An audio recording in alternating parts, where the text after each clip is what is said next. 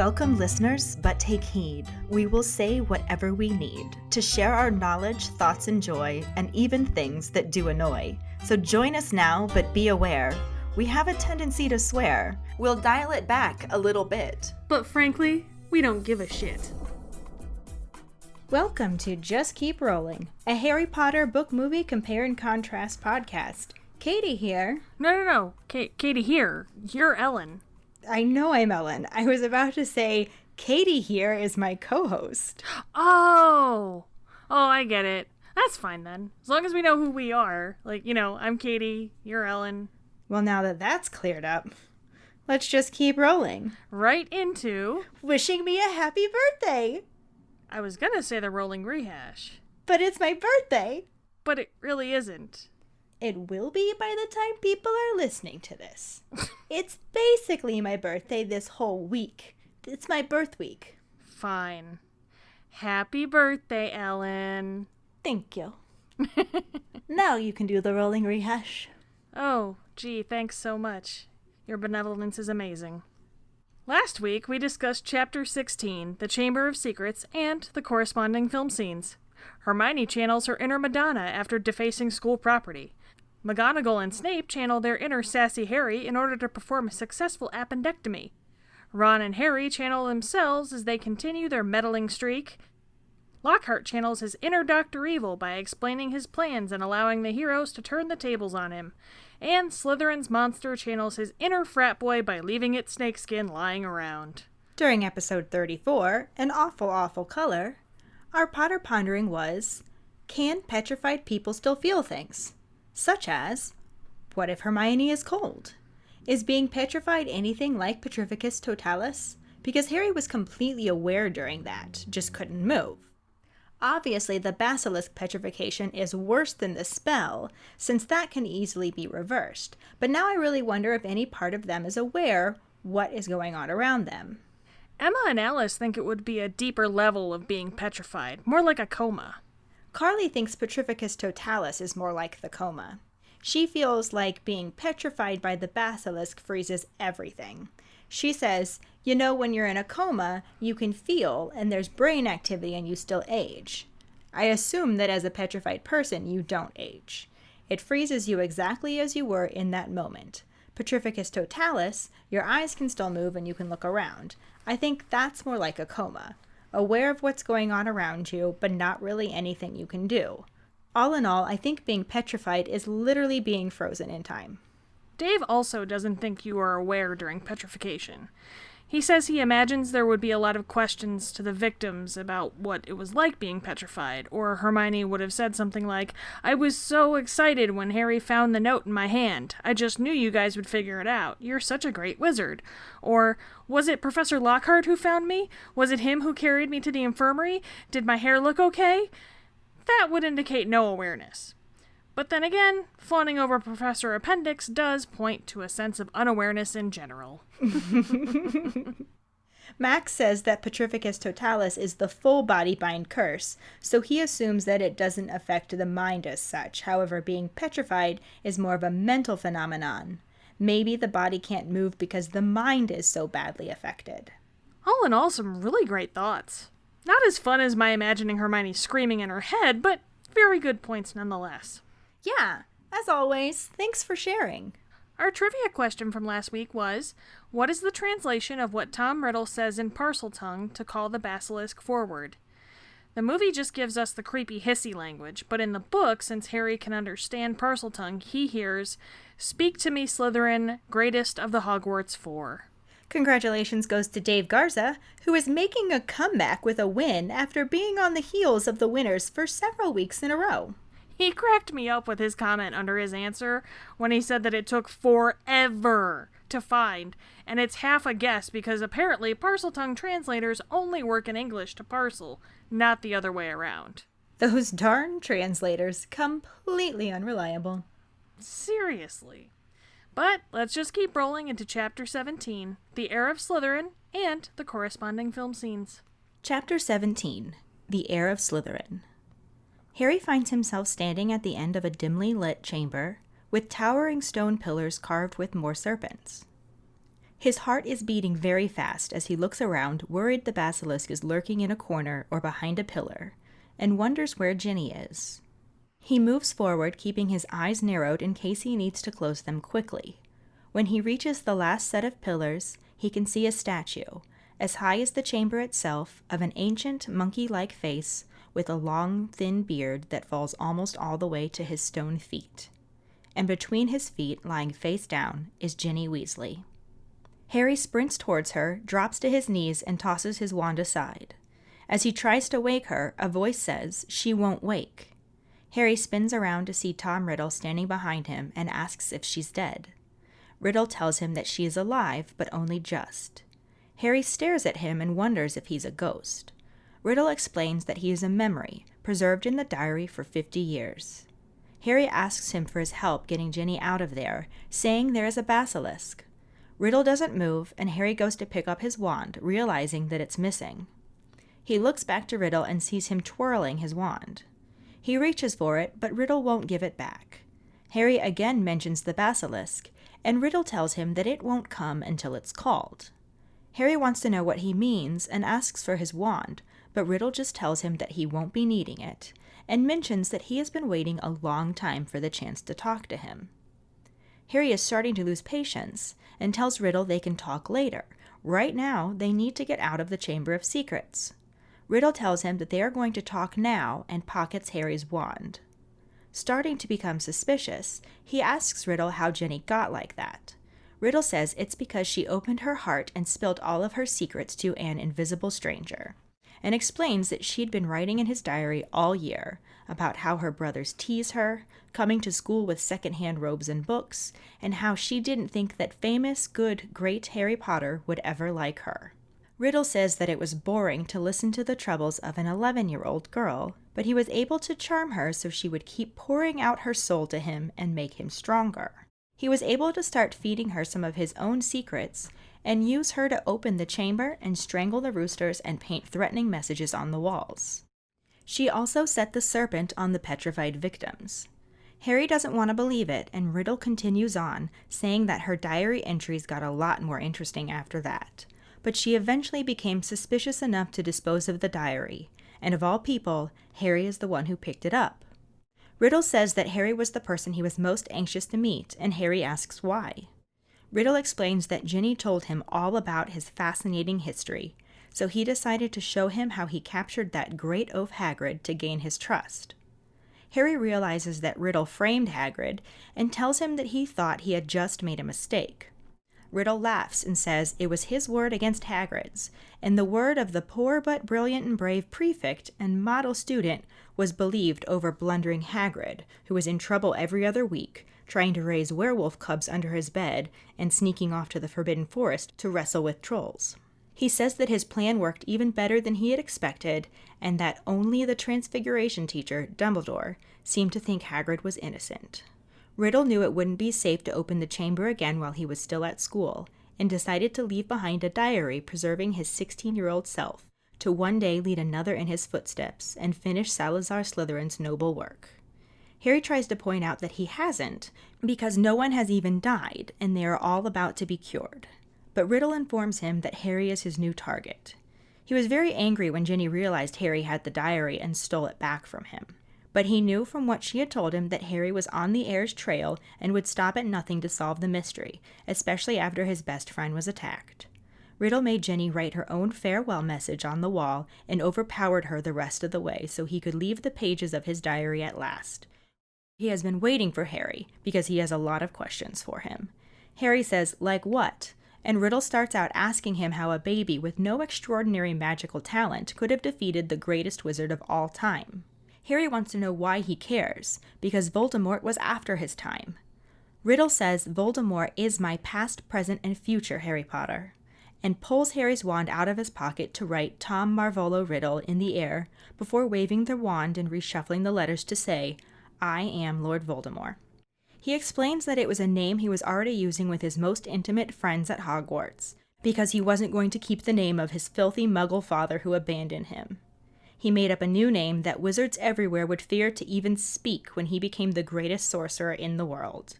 Though Harry is shocked to find out this boy had grown up to murder his parents and so many others, he forces himself to speak and says, "You're not the greatest sorcerer in the world," and tells him that Albus Dumbledore is the greatest wizard in the world. Everyone says so, and that Voldemort was afraid of him even when he was strong. Riddle's face turns very ugly as he claims that Dumbledore was driven out of the castle by the mere memory of him, and Harry responds by telling him that Dumbledore is not as gone as he might think. Before Riddle can respond, music starts coming from somewhere, growing louder and lifting Harry's spirits. Flames erupt at the top of the nearest pillar, and a large crimson bird with a long golden tail appears. It flies towards Harry, gripping a bundle in its talons, which it drops at his feet before landing on his shoulder. Riddle identifies it as a phoenix and the bundle as the Sorting Hat, and Harry realizes it's Fawkes. Riddle laughs again that Dumbledore sent his defender a songbird and an old hat, and wonders if Harry feels brave and safe now. Harry doesn't answer, unsure what use they are, but glad to not be alone anymore. Riddle returns to business, asking Harry how he survived the 2 times they have met. Harry tells him that no one knows why Voldemort lost his powers when he attacked him as a baby, but he couldn't kill him because his mother died to save him. He adds that he saw the real Voldemort last year, and he's a wreck, barely alive, in hiding, ugly and foul. Riddle forces his face into an awful smile and acknowledges that Harry's mother dying to save him is a powerful countercharm, and there isn't anything special about him. He says that he's wondered, since there are strange similarities between them. Both half-bloods, orphans, raised by muggles, probably the only 2 Parselmouths at Hogwarts since Slytherin himself, and they even look a bit alike. But now he sees that it was merely lucky chance that saved Harry. Riddle says that now he's going to teach Harry a lesson, matching the powers of Lord Voldemort against Harry Potter, and the best weapons Dumbledore can give him. He gives an amused look at Fawkes in the hat, and then looks up at the stone statue of Slytherin. He speaks in Parseltongue, saying, "Speak to me, Slytherin, greatest of the Hogwarts 4. The stone face moves, and something slithers up from its depths, pouring out of the statue's open mouth. Harry backs away and closes his eyes, but feels the giant serpent hit the floor and hears Riddle's hiss order it to kill him. He begins to blindly run sideways and can hear Riddle laughing as he trips. The basilisk is barely feet from him when he hears a loud spitting sound right above him, and something heavy hits him and smashes him into the wall. As he's waiting for the fangs to pierce him, he hears more hissing and thrashing, hitting the pillars. Harry opens his eyes to squint and see what's happening, and sees Fawkes drawing the snake's attention away from Harry. The phoenix dives and pierces both of the serpent's yellow eyes. Riddle is furious and yelling for the serpent to leave the bird and go after the boy behind him, saying it can still smell him and to kill him. The blinded basilisk sways, confused, but still deadly. Harry wildly mutters for help, and the snake's tail whips across the floor. He ducks and feels something soft hit his face, finding the Sorting Hat. He grabs it and puts it on, begging for help. Instead of hearing a voice, he feels the hat contract and something hard hits him in the head. He pulls the hat off to find a gleaming sword, its handle glittering with giant rubies. Riddle is still yelling directions at the serpent as Harry stands and readies himself. The snake lunges blindly and Harry dodges. It strikes again and Harry drives the sword to the hilt up through the roof of its mouth. He feels blood and a searing pain above his elbow and realizes one of the basilisk's poisonous fangs pierced his arm and breaks away as the snake collapses to the ground. Harry slides down the wall and pulls the fang from his arm. As his vision starts to blur, Fawkes lands next to him and lays his head on his injured arm. Riddle approaches and tells him that he is dead, and even Dumbledore's bird knows it because he is crying. Harry blinks and can see tears trickling down Fawkes' feathers. Riddle says he is going to sit and watch him die, saying, "So ends the famous Harry Potter, alone in the Chamber of Secrets, forsaken by his friends, defeated at last by the Dark Lord he so unwisely challenged." Harry starts to notice that instead of everything going black, things are coming back into focus. He looks down at his arm and the wound is gone. Riddle begins to yell at the bird to get away from him and aims Harry's wand at him. Fawkes takes flight and Riddle remembers that Phoenix tears have healing powers. He decides he would prefer to kill Harry himself anyways, and raises the wand again, but before he can do anything, Fawkes returns and drops the diary into Harry's lap. Without even thinking, Harry grabs the basilisk fang he had discarded and plunges it straight into the diary. There is a long, dreadful scream, and the diary starts spurting out ink as Riddle writhes, twists, and screams until he's gone. The basilisk venom burned a hole straight through the book. Harry slowly stands, collects the sorting hat, and yanks the sword from the basilisk's mouth. He hears a faint moan from the other end of the chamber and sees that Jenny is waking up. As he hurries towards her, she sits up and looks around, seeing the dead basilisk and the diary in Harry's hand. She begins to cry and says she tried to tell them at breakfast but couldn't, and she swears she didn't mean to, but Riddle took her over. She wonders how Harry killed the snake and where Riddle was. Harry shows her the diary and says he finished them both off. He helps her to her feet as she cries that she's going to be expelled and worried what her parents will say.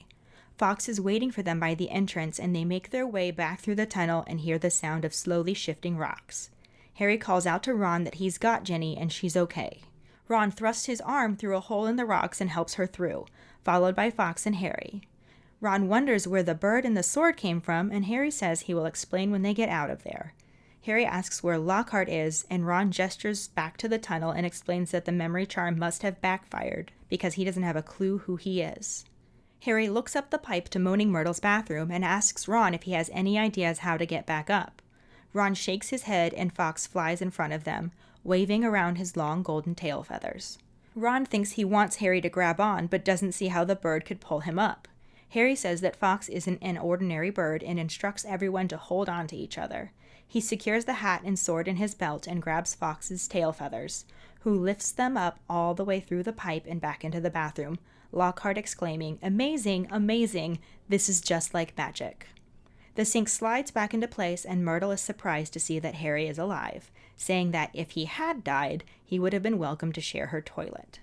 Ron thinks that Myrtle has grown fond of Harry and tells Ginny that she has competition, but changes the subject when he sees the tears flowing down Ginny's face. Ron asks Harry what they should do now, and Harry points. Fawkes leads the way to Professor McGonagall's office, where Harry knocks on the door and pushes it open. This section of the movie continues from Harry entering the Chamber of Secrets through the large round vault door. He carefully climbs down a ladder and finds himself on a stone path, bordered by water and 7 open-mouthed snake heads on either side. As Harry walks down the path, he sees Ginny lying unconscious on the ground at the base of a statue depicting a bearded man's head. He takes off running towards her, dropping his wand as he nears her and kneels down next to her. He is begging her, please wake up, and Tom Riddle steps out from the shadows, saying she won't wake. Harry looks over at Tom and is confused to see him there, but asks what he means. Riddle says that she is still alive, but only just. Harry then asks him if he is a ghost, and Riddle explains that he is a memory preserved in a diary for 50 years. As Harry continues to check on Ginny, Riddle bends down and picks up Harry's wand. Harry is still distracted by Ginny as he asks Riddle for help and tells him they need to get out of there because there is a basilisk. But when Riddle says it won't come until it's called, Harry looks up at him and sees Riddle holding his wand. He stands up wearily and asks for his wand, but Riddle just tells him he won't be needing it. Harry again tells him that they have to get out of there, and they need to save her, and Riddle tells Harry that he can't let that happen. He tells him that as Ginny grows weaker, he grows stronger, and confirms that it was Ginny Weasley who opened the Chamber of Secrets. Harry doesn't believe this, and the film cuts to a scene of Ginny opening the chamber as Tom Riddle's voiceover explains that she set the basilisk on the mudbloods in Filch's cat and wrote the threatening messages on the walls. Harry asks why, and Riddle says it's because he told her to. He can be very persuasive, and she was in a kind of trance and didn't know what she was doing.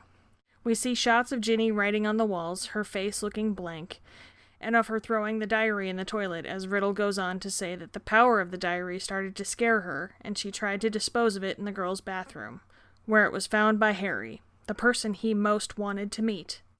Harry wanted to know why he wanted to meet him, and Riddle tells him that he wanted to talk to him, so he showed him the capture of that brainless oaf Hagrid to gain his trust. Harry yells that Hagrid is his friend, and accuses Riddle of framing him. Riddle says that it was his word against Hagrid's, and only Dumbledore seemed to think he was innocent.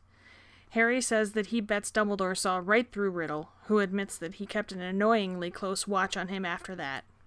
He knew it wouldn't be safe to open the chamber while he was still in school, so he preserved his 16-year-old self in a diary so that one day he could lead another to finish Salazar Slytherin's noble work.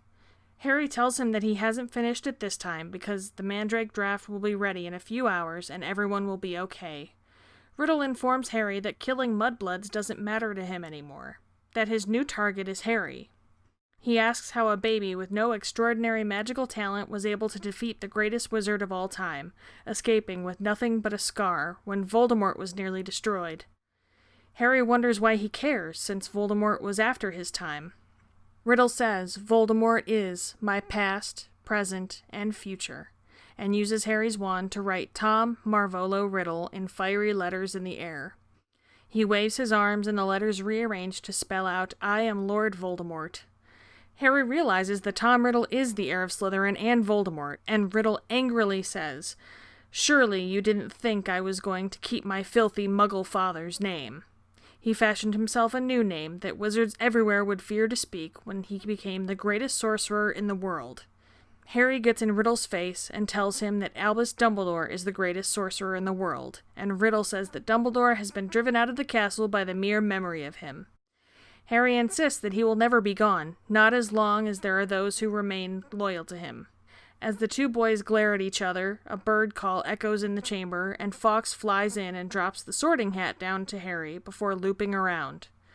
Riddle is not impressed that Dumbledore sent Harry a songbird and an old hat, and turns to the bearded statue. He speaks Parseltongue, and the statue's mouth begins to open as Riddle says, let's match the power of Lord Voldemort, heir of Salazar Slytherin, against the famous Harry Potter. A huge snake slithers out from the statue's now open mouth, and Riddle speaks to it in Parseltongue as Harry runs away. Riddle tells Harry that Parseltongue won't save him, it only answers to him. Harry sprints down the stone path as the snake pursues him and trips, falling flat on his front and causing his glasses to fly off. Fawkes swoops back in and attacks the basilisk, piercing both of its eyes and blinding it. Riddle yells, no! But says that the basilisk can still hear Harry, who again takes off running through a watery tunnel, and turns to find himself trapped by a gate. The basilisk corners him, and Harry picks up a rock, tosses it into the tunnel, and tricks the giant snake into following that sound instead. Once clear, he runs back out the tunnel to Riddle and Ginny. He kneels down by her and touches her hand. As Riddle says, the process is nearly complete, and soon she will be dead, and Lord Voldemort will return. The basilisk explodes out of the water behind him, and Harry sees a sword glittering with rubies appear in the sorting hat on the ground next to him. He picks it up, runs to the bearded statue, climbs up it, and holds the sword ready. The basilisk draws closer, and he swipes at it a few times, before it lunges and nearly knocks him off the statue. Harry manages to keep hold of it with one hand and pulls himself back up, climbing even higher as he continues to try to avoid the snake's attacks. He makes it to the top of the statue, plants his feet, and lifts the sword. He continues to swipe at the snake to no avail and falls backwards. He gets up, continues fighting, but falls again and drops the sword.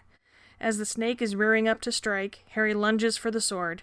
He manages to grab it and stands up, thrusting the sword up to the hilt into the snake's open mouth through its head as it attacks. He removes the sword and backs up, realizing that a fang caught him in the arm as the basilisk falls away in agony.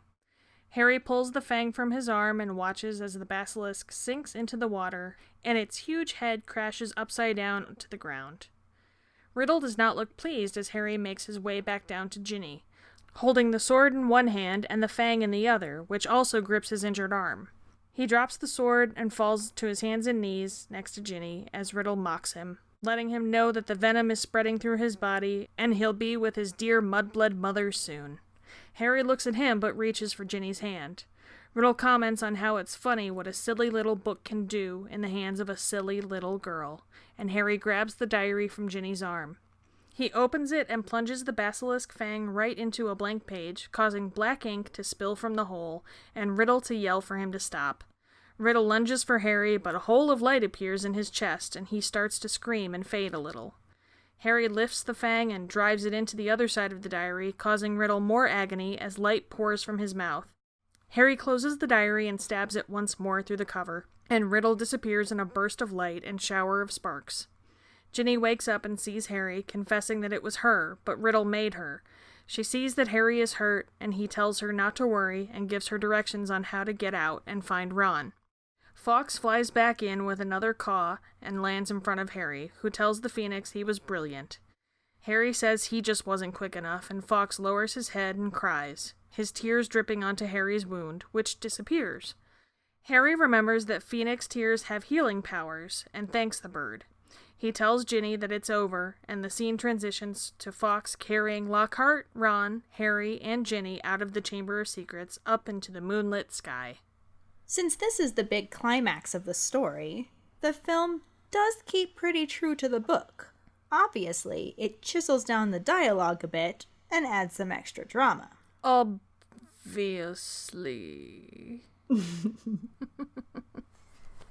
There's also some visual detail differences, but overall it gets the same point across.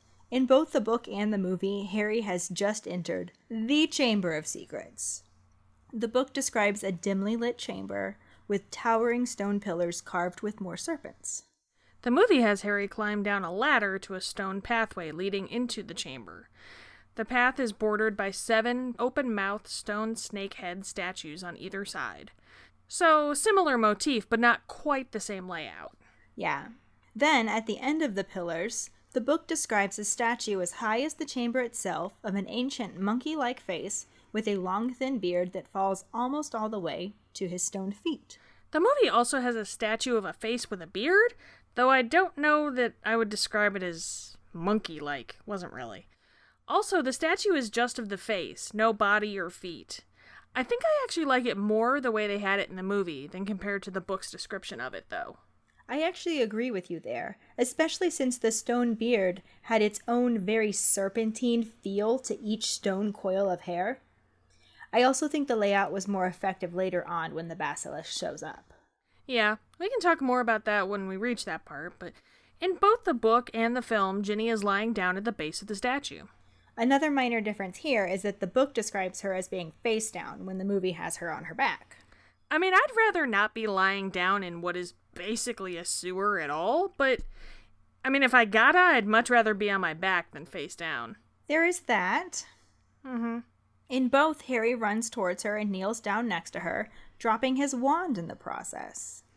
I mean, okay, I get that he was really worried about his best friend's sister, but why in the hell would you drop your wand? Seriously. It's the one weapon you have against a giant snake that can murder you by looking at you that could show up at any moment.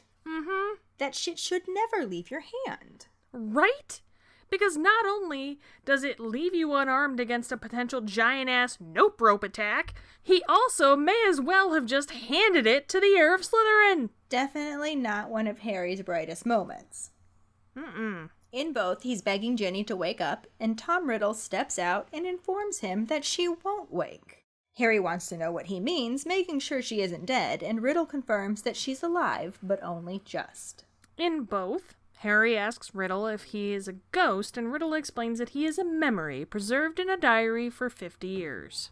Harry asks him for help getting Ginny out of there. In the movie, he turns back to Ginny, and Riddle bends down to pick up Harry's wand at that point. The book was just a touch different. After Harry asks for help, he also mentions there's a basilisk, and Riddle just stands there, silent. Harry goes to pick up his wand and sees that it's gone. He looks back up at Riddle and sees him twirling it. He says thanks and reaches out for it, but Riddle just keeps staring at him. Harry then starts trying to lift Ginny off the floor, and again asks for his help and mentions the basilisk. Riddle finally speaks and tells him that it won't come until it's called. Very suspicious. Right? That's sort of what happens in the movie, too. Except Harry isn't trying to pick up Ginny. He's distracted by trying to figure out how to help her, and tells Riddle there is a basilisk. When Riddle responds that it won't come until it's called, Harry looks up at him and sees him with his wand. There's no thanks, he just flat out tells him to give him his wand, and Riddle tells him that he won't be needing it. He does say that in the book, too, and also tells Harry that he's been waiting a long time for a chance to talk to him. Harry is still somehow completely oblivious to how untrustworthy Riddle is, and just tells him they can talk later. Right now, they need to get out of the chamber. But Riddle just pockets Harry's wand and tells him that they're going to talk now. And finally, Harry's starting to become suspicious and asks how Ginny got like that. Oh, Harry, you sweet summer child. The movie sets this up a bit differently. Harry insists that they need to save Ginny, and Riddle says that he can't let that happen. That as she grows weaker, he grows stronger, and then just launches right into the explanation that Ginny opened the Chamber of Secrets. I like how they cut this scene together, too. They actually show the clips of Ginny opening the chamber, writing on the wall, and throwing the diary into the toilet as Riddle describes it in a voiceover. Yeah, I think that's a pretty effective visual storytelling tool. It was like a montage of evidence that Ginny was guilty instead of actually showing any of it throughout the story, and possibly then giving away the twist. Yeah, Harry also wants to know why she would do all that. She could not, would not freeze a cat. She could not, should not act like that. Oh, wait. We're not rhyming in this episode? Been there, done that. Okay, fine. So Riddle tells Harry that she did it all because he told her to. He can be very persuasive, and she didn't really know what she was doing. She still began to fear the power of the diary and tried to dispose of it, which is when Harry found it. Riddle calls Harry the person he most wanted to meet, and Harry wants to know why. Riddle says that he wanted to talk to him. Yeah, the book has Riddle explain that Ginny got in that state because she'd been writing in his diary all year. He said that it was boring to listen to the struggles of an 11-year-old, but he was able to charm her, and the more of herself she poured into the diary, the stronger he became, until he was able to feed her some of his own secrets, and use her to open the chamber. She set the basilisk on the petrified victims, painted the walls, and strangled Hagrid's roosters. The movie literally never gives us an explanation for Hagrid and his random dead rooster. Also, did you notice, actually, how Kristen Coulson accentuates his s in all his dialogue? Oh yeah, he really does. That's a fun touch. It used to really annoy me. Like, back when the movie first came out, I'm like, why the hell is he lisping? But now I feel like it was an excellent character choice for him. I kind of wonder if it's a choice that he made or if Chris Columbus directed him that way, you know? Yeah, having been both an actor and a director before, I'd say it could honestly go either way for that. I always love to speculate what lines and actions are actor choices, especially in really quirky actors like Johnny Depp. Well, yeah, I feel like that's why you cast Johnny Depp, for the really random character choices he makes, right? Definitely. But the conversation between Harry and Riddle are honestly pretty similar from the book to the movie, though the book definitely has more dialogue and the movie just gets to the meat of the topic. In both, after Riddle says that Harry, the person he most wanted to meet, finds his diary, he decides to show him his famous capture of the oaf Hagrid. In the book, Harry realizes that Riddle framed Hagrid instead of just making a mistake like he initially thought. In the movie, Harry gets super sassy and just yells at Riddle, "Hagrid's my friend! And you framed him, didn't you?" In both, Riddle says that it was his word against Hagrid's. In the book, he goes on to say that the word of the poor but brilliant and brave prefect and model student was, of course, believed over blundering Hagrid, who was in trouble every other week, trying to raise werewolf cubs under his bed, sneaking off to the Forbidden Forest to wrestle with trolls. And I really have to wonder about those last two. Yeah, Karlee already mentioned the werewolf cubs / human babies in our previous Potter Pondering, because I would think that is what werewolf cubs would be, no? Like, they'd probably only be werewolves during the full moon. Well, that, and is werewolfishness something that is passed down genetically? Like, is one afflicted parent enough, or would both need to be werewolves? Or maybe they weren't actually even werewolves, but just regular wolves. I could totally see Hagrid trying to raise a regular wolf under his bed. We should totally make this our Potter Pondering. Like, I want to know what our keepers think about this. Yeah, good idea. But then also, other than Riddle's comment, were we ever given any indication that trolls live in the Forbidden Forest? I don't think so. I mean, I guess it's possible. It's forbidden for a reason, and maybe that's where Quirrell found the troll to let in on Halloween in Sorcerer's Stone. Honestly, at this point, it seems like Hagrid is the reason half the shit in the forest makes it dangerous. I mean, yeah, basically. But the movie doesn't have Riddle mention any of Hagrid's alleged transgressions. He just says that only Dumbledore seemed to think Hagrid was innocent. Harry dishes out some more sass, saying that he bets Dumbledore saw right through him. And Riddle says that he certainly kept an annoyingly close watch on him after that. Which was very similar to how the book had it, though Harry didn't sass Riddle like that. Honestly, I think the movie did a better job of showing just how Gryffindor Harry really was, because he gets right up in Riddle's face and challenges him at every turn. In the book, he mostly just listens and asks a few clarifying questions. Yeah, Sassy Harry is raring to go the whole time. In both, Riddle explains that he preserved his 16-year-old self in the diary so he could one day lead another to finish Salazar Slytherin's noble work. And Harry informs him that he hasn't, since no one died, and they're all about to be cured. Riddle lets him know that he's no longer going after mudbloods. His new target is Harry. Shock. In the book, he also shares how mad he was that Ginny snuck into Harry's dorm and stole the diary back, but he knew from what she had written that he would stop at nothing to solve the mystery, especially after one of his best friends was attacked. He made Ginny write her own farewell message on the wall and overpowered her so he could finally leave the diary pages. He's been waiting down in the chamber for Harry to show up so he can talk to him. Yeah, he didn't say any of that in the movie. He just launches right into asking Harry how a baby with no extraordinary magical talent was able to defeat the greatest wizard of all time, escaping with nothing but a scar while Voldemort was nearly destroyed. He asks that in the book too, and in both, Harry wants to know why he cares, since Voldemort was after his time. Riddle says that Voldemort is his past, present, and future, and pulls out Harry's wand to write Tom Marvolo Riddle in the air. He waves the wand again, and the letters rearrange to spell out, I am Lord Voldemort. Fun fact, in the French version, they had to change his middle name to Elvis so that it would work with the respelling, so that it would actually spell Je suis Lord Voldemort. I mean, fun fact. It kind of got a good ring to it, I guess. Right? I dig it. But in the movie, Harry says, you're the Heir of Slytherin. And I'm just like, no, Harry, it's just coincidence that you met up with him in the effing Chamber of Secrets. Well, that, and honestly, I think my first reaction would have been, you're Voldemort? He does make that connection next, and Riddle starts to get really nasty, saying, surely you didn't think I was going to keep my filthy muggle father's name. He basically says that in the book, too, along with mentioning that Voldemort was a name he was already using in school with his most intimate friends, which I don't think he really actually had, but sure. Oh, yeah. Sure, Tom. Right. We'll say you had friends. In both, he says he made up the new name that wizards would fear to speak when he became the greatest wizard in the world. In both, Harry tells Voldemort that Albus Dumbledore is the greatest wizard in the world. But this is another example of how movie Harry is still sassier than book Harry in this particular scene, at least. Movie Harry full-on gets in Riddle's face to say it. Yeah, book Harry is more shocked as he's realizing that the handsome boy in front of him is the wizard that grew up to murder his parents. Mm-hmm. He has to force himself to speak and tells him that he isn't the greatest sorcerer in the world. But then he definitely does start to ramp up the sass at this point.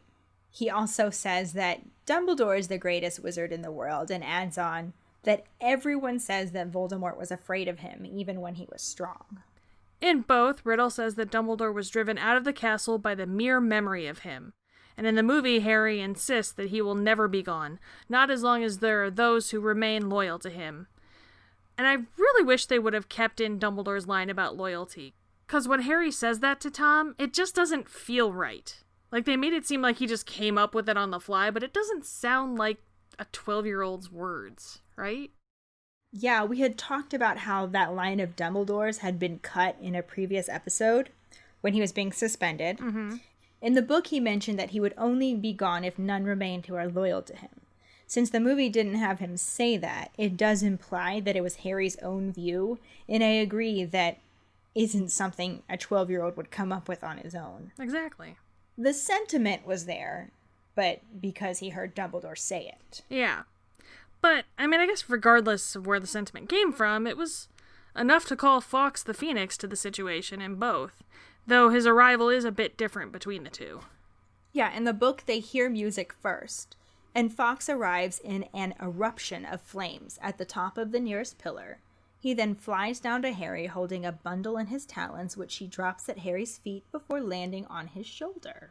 The movie has him arriving with an echoing bird call as he just flies in and swoops around, dropping the sorting hat into Harry's hands before flying off again. In both, Riddle basically mocks Harry for being sent a songbird and an old hat. Yeah, in the book, he laughs and asks if Harry feels safe now.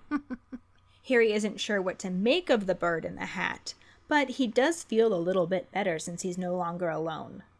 Riddle goes on to ask more of his questions, wanting to know how Harry survived the 2 times they had met in Harry's past and Riddle's future.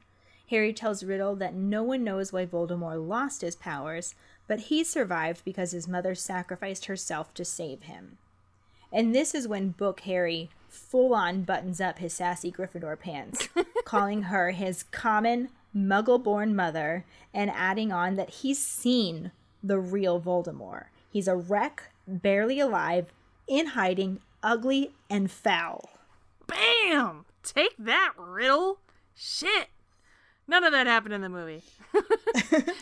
After Fawkes arrives, he decides that he's done talking and turns to the bearded statue and speaks Parseltongue. The statue's mouth starts to open and Riddle says, "Let's match the power of Lord Voldemort, heir of Salazar Slytherin, against the famous Harry Potter." Which we get to in the book, after Riddle addresses the fact that Harry's mother died to save him. He says that there's nothing special about Harry after all, and that he had wondered about that because there are strange likenesses between them. Both half-bloods, both orphans, both speak Parseltongue, and they even look somewhat alike. But he seems satisfied with the knowledge that Harry survived because of a lucky chance, and then he speaks in Parseltongue saying, "Speak to me, Slytherin, greatest of the Hogwarts 4." Which was our trivia question. Yep. And just like in the movie, the statue begins to move. Something is stirring inside the opening mouth and hashtag, that's not his tongue. Ew, that's dirty. But it's not his tongue. I mean, yeah, but you're making it sound dirtier than it needs to be. I know, I feel like your brain is making it dirty. Well, that's what my brain does. Like, if you don't know that about me by now, I think we have an issue here. Let's just keep rolling. Fine. But this is why I think the movie layout of the statue is better than the book. Since the snake comes out of the statue's mouth in both, I think it makes way more sense to have the mouth closer to the ground. Yeah, that would be a long way down from the statue's mouth in the book. Right? Mm-hmm. In general, the same thing happens between the book and the movie, but they do deviate a bit at this point, just because the movie has to make the scene much more dramatic. Well, of course. In the book, Harry closes his eyes and Fawkes takes off from his shoulder. He backs away as he feels something huge hit the ground and hears Riddle's hissing voice say, "Kill him." That's cheery. I like the way you said that. In the movie, Riddle tells Harry Parseltongue won't save him since it only answers to him, and Harry turns and runs down the stone path. And for some extra drama, he trips and falls, having a total Velma moment as his glasses fall off. Well, he trips in the book too, but he doesn't lose his glasses.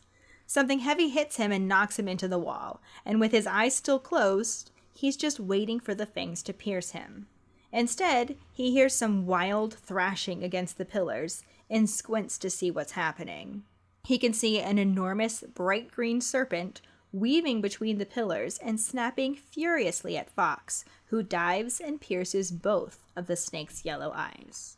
This basically happened in the movie too, though there really isn't anything bright green about the basilisk. It's more of a dark gray color. Maybe there is a greenish tint to it, I guess, I don't know. But it definitely isn't a poisonous bright green like the book describes. After Fawkes pierces its eyes, Riddle yells, "No!" and tells the snake it can still hear Harry. But, how is the giant venomous nope rope not better at using scent to sense Harry anyway? I mean, in the book he does say it can still smell him. So I'm not sure why they would have changed that line. That's weird. At this point, Harry is just wildly muttering for help, and the nope rope's tail sweeps the sorting hat right to him. He picks it up and puts it on, thinking, "Help me." But instead of hearing a response, he just gets clocked in the head and nearly knocked out by something. He pulls off the hat to find a gleaming silver sword, with egg-sized rubies set into the handle. That's not how it happened in the movie.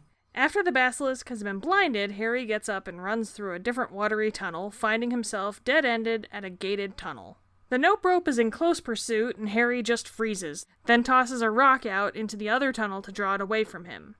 And this is what I mean, like, wouldn't the basilisk be able to smell him in the tunnel? I mean, at this point, Harry has slid a long way down a pipe, walked through dead animal bones, and who knows what is in that water. Chances are that's dulled his scent somewhat. I guess. But once the nope rope goes the other way, Harry leaves the tunnel and heads back to the main part of the chamber to check on Ginny again. And seriously, Harry, stop trying to hold frozen people's hands. Like, it's really creepy. You seriously need to stop. Just saying. Riddle tells him that the process is almost complete, Ginny will be dead, and Lord Voldemort will return. The basilisk bursts out of the water at the base of the statue, and Harry sees the sword glittering with rubies appear in the sorting hat. He lunges and grabs it, then runs to the bearded statue. He climbs the serpent-like beard, pulls himself up, and holds the sword ready. That's not how it happened in the book. Harry grabs the sword and stands, ready. Riddle again yells for the basilisk to leave the bird and smell Harry. It turns and lunges blindly at him, and Harry dodges, hitting the chamber wall. It lunges again, and Harry puts all of his weight behind the sword, driving it to the hilt up through the roof of the serpent's mouth. Which is nowhere near dramatic enough for the movie. That was just over way too fast. Harry is standing on part of the statue and takes a couple of swipes at the nope rope. This, of course, causes him to fall off the statue, and he manages to one-handedly grab part of it to stop himself from falling all the way down. Harry pulls himself back up and climbs even higher until he gets to the top of the statue and once again readies the sword. He takes a couple more strikes and falls backwards. He gets up, falls again, and this time loses the sword, because why not? Right as the snake is about to strike again, Harry lunges for the sword, grabs it, and thrusts up through the nope rope's open mouth as it attacks. Yeah, that is definitely more dramatic. Right?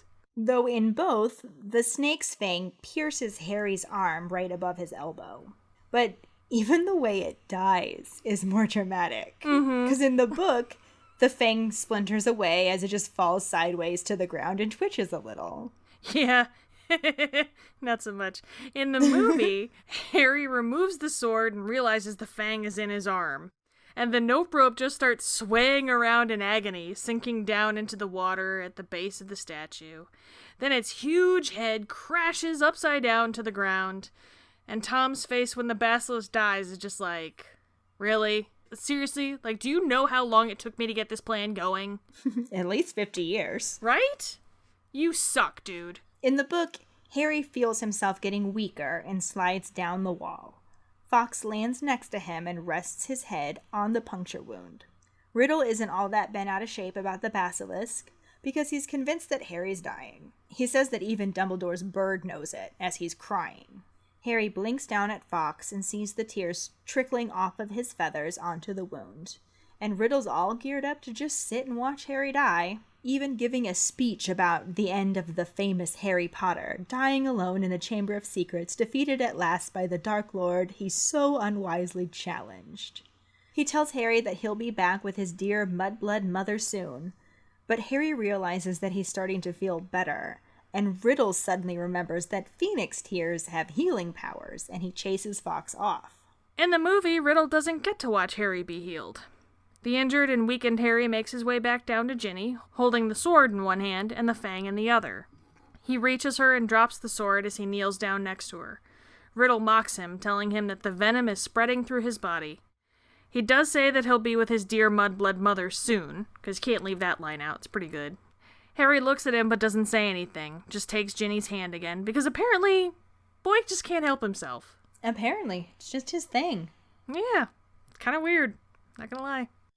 Riddle comments on how it's funny what a silly little book can do in the hands of a silly little girl, and Harry grabs the diary from Ginny's arm. He opens it and plunges the basilisk fang right into a blank page. How about what a silly little book can do in the hands of a dying boy who's got nothing left to lose, Tommy? Tommy. There is no way anyone would ever get away with calling him that. I bet if people tried to call him Tommy, he would get, like, super pissed and hex them or something. I bet he'd have a similar reaction to being called Voldy. Probably. That must be why we all do it. Mm-hmm. In the book, the diary isn't in Ginny's arms, nor does Riddle say anything about it. He's just saying that it makes no difference that Harry isn't dead. He prefers it this way because now it's just the two of them. Then Fawkes actually flies back and drops the diary in Harry's lap. Harry uses the basilisk fang to stab it once, straight through the cover. Ink begins spurting out of it as Riddle screams and writhes and then disappears. The movie is, shockingly, I know, more dramatic. Ink is pouring from the hole in the diary. Harry stabs it a second time on the neighboring page, then closes it and stabs it through the cover. The entire time, holes that are streaming with light are appearing on Riddle and flowing out of his mouth. He is screaming and starts to fade as he lunges towards Harry, but that final stab to the cover causes Riddle to disappear in a burst of light and a shower of sparks. Once again, that is definitely more dramatic. Mm-hmm. There was no mention of light or sparks in the book. Harry gets up, pulls the sword from the basilisk's mouth, and Ginny wakes up. Yeah, Ginny wakes up right after the diary is destroyed in the movie, too. This part is pretty similar between the two, really, except that in the movie, Harry still hasn't been healed yet. Ginny confesses that it was her, that Riddle made her do it. In the movie, she notices that Harry is hurt, and he tells her not to worry and gives her directions to get back to Ron. This is when Fawkes flies up and cries on his arm, and Harry remembers that Phoenix's tears have healing powers. I'm curious, though, do you think that Phoenix's cry on demand, or was he actually upset when he healed Harry? I think it's a combination of the two. I bet they are really empathetic creatures who feel others' pains and can cry to help them. This could also make a good pondering, so we should just have two. That works for me. In the book, in addition to her confession, Ginny goes on a ramble about how Harry killed the basilisk, where Riddle went, saying the last thing she remembers was him coming out of the diary, and worrying that she was going to be expelled. It was probably the most she had ever talked in front of Harry. Definitely. The movie didn't have her talk that much, though. After he is healed, Harry just tells her that it's over, and the scene transitions to Fawkes carrying them, Ron, and Lockhart out of the chamber up to the moonlit sky, and the movie section, it ends here. The book goes on a bit more, actually showing Harry and Ginny finding Ron back in the tunnel and getting through the piled up rocks. This is also when the book tells us that the memory charm must have backfired because Lockhart has no idea who he is.